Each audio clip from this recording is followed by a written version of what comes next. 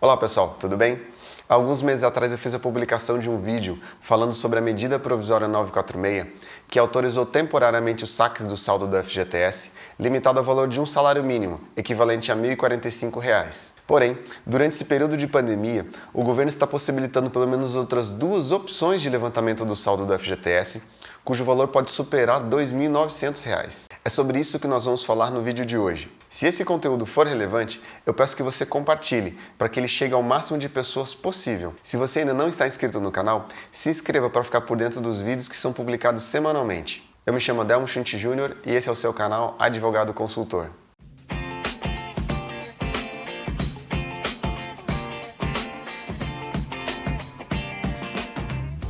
Bom, como apresentado na introdução deste vídeo, atualmente existem três possibilidades de saque do FGTS. A primeira delas é referente à medida provisória 946, que possibilita o saque de até R$ 1.045. Eu fiz um vídeo específico sobre este tipo de saque, que eu vou deixar o link na descrição desse vídeo e no card aqui em cima. Mas em resumo, essa opção possibilita o saque de até R$ 1.045, equivalente ao salário mínimo, mesmo que o titular possua mais de uma conta no FGTS. A Caixa Econômica Federal disponibilizou no seu site um calendário de liberação do saque emergencial do FGTS que leva em conta o mês de aniversário da pessoa.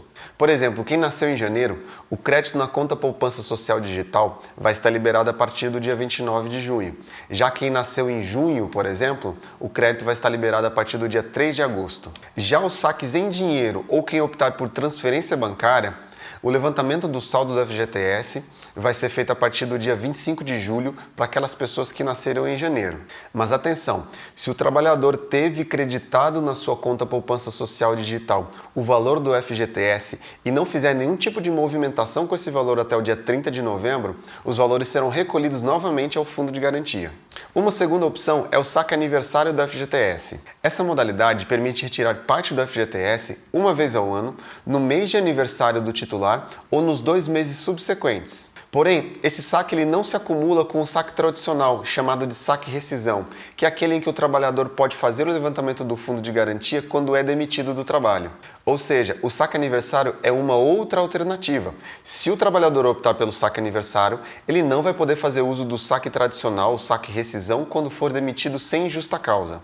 Mas, quem não optar pelo saque aniversário, permanece na regra do saque rescisão. Pois bem, tanto o calendário de liberação quanto o valor de levantamento do saque aniversário é baseado numa tabela da Caixa Econômica Federal, que eu vou deixar o link na descrição desse vídeo.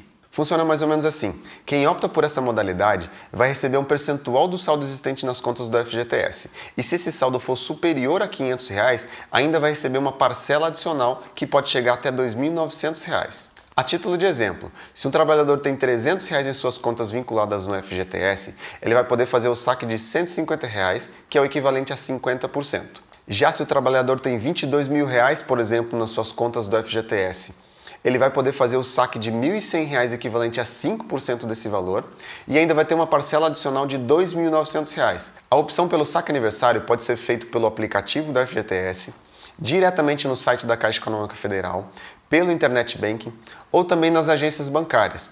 Apesar de ser uma modalidade que, se escolhida pelo trabalhador, anula o direito dele de receber o saque rescisão, aquele nos casos em que ele for demitido sem justa causa, ainda assim o trabalhador vai poder movimentar a conta do FGTS nos casos previstos em lei, como por exemplo, para fazer a aquisição de moradia própria, nos casos de doença grave, nos casos de aposentadoria, entre outros. Com exceção de alguns casos como falência da empresa, extinção do contrato de trabalho temporário, a rescisão de comum acordo ou aquela por culpa recíproca, ou ainda nos casos de força maior.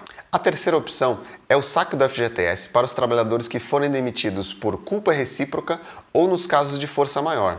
Força maior é a situação que não se pode evitar e que levam ao fechamento da empresa, como é o caso de muitas empresas no Brasil que quebraram por conta da situação causada pelo coronavírus. Já a culpa recíproca é aquela situação em que tanto a empresa quanto o trabalhador cometem uma falta grave um ao outro, justificando a rescisão do contrato de trabalho, como por exemplo situações de agressões físicas entre empregador e empregado. De acordo com a CLT, o levantamento do fundo de garantia se dava apenas nos casos de demissão sem justa causa. Se o trabalhador fosse demitido por uma situação de força maior, por exemplo, ele não conseguiria fazer o saque do FGTS. Ele teria que entrar na justiça para ter uma decisão que justificasse o motivo da sua rescisão do contrato de trabalho e aí sim apresentar a Caixa Econômica para fazer o levantamento do fundo de garantia.